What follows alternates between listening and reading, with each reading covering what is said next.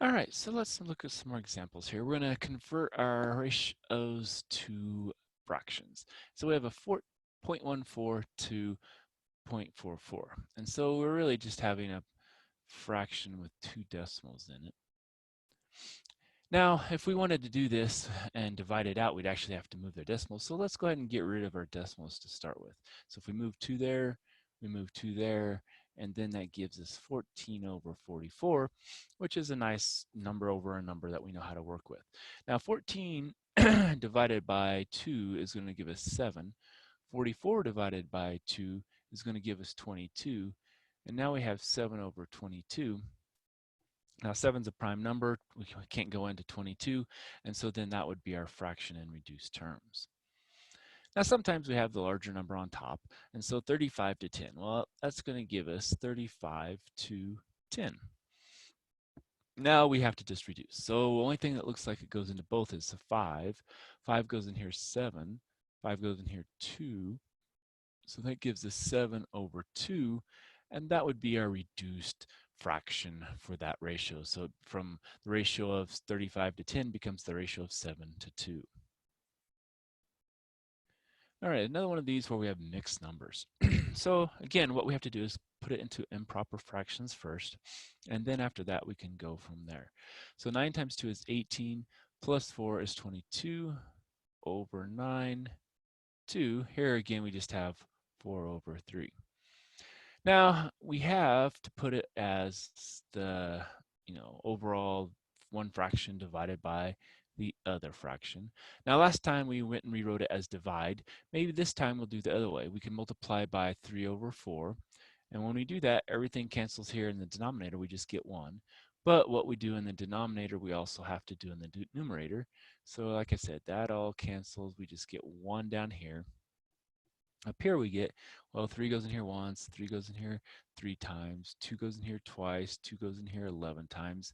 And so now we get 11 times 1 is 11, 3 times 2 is 6, and that's all over 1. Anything divided by 1 is whatever it is.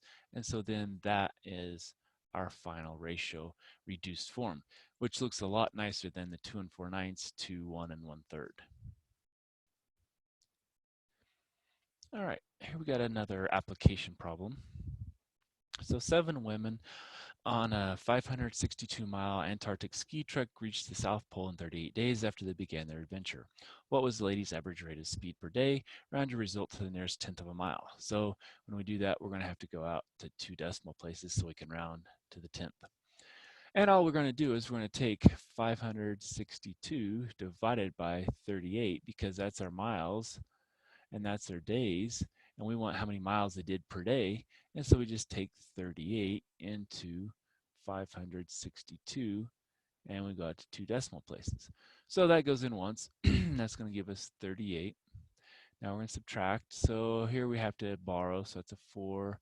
16 minus 8 is 8. 4 minus 3 is 1. Now we get to bring down our 2. Now 38 times maybe 4 or 5. So that's 32, that's 12, 13, 14, 15. Yep, that's as far as we can go there. So that's going to give us a 4, it looks like. That's 152. We get 3, 0. Now we get to bring down our next 0. All right. So it looks like if we times 2 more, that's going to give us too much. So maybe we try times 7. All right, so that's 56. That's 21. 20 plus 5 is 26. And so that'll be a 7. That's 266. Again, we're subtracting. So that'll be a 2. That's going to be a 9. So we have 10 minus 6 is 4. 9 minus 6 is 3. 2 minus 2 is 0. And so now we get to bring down our next 0. Now, I believe we can go ahead and do that 38 times 8 now. So that's 64. That's 24 plus 6. That's 304. Okay, so that's an 8. And we have 304. Now if we subtract that off, that's going to give us 36. And so to the nearest tenth of a mile, 14.8 miles.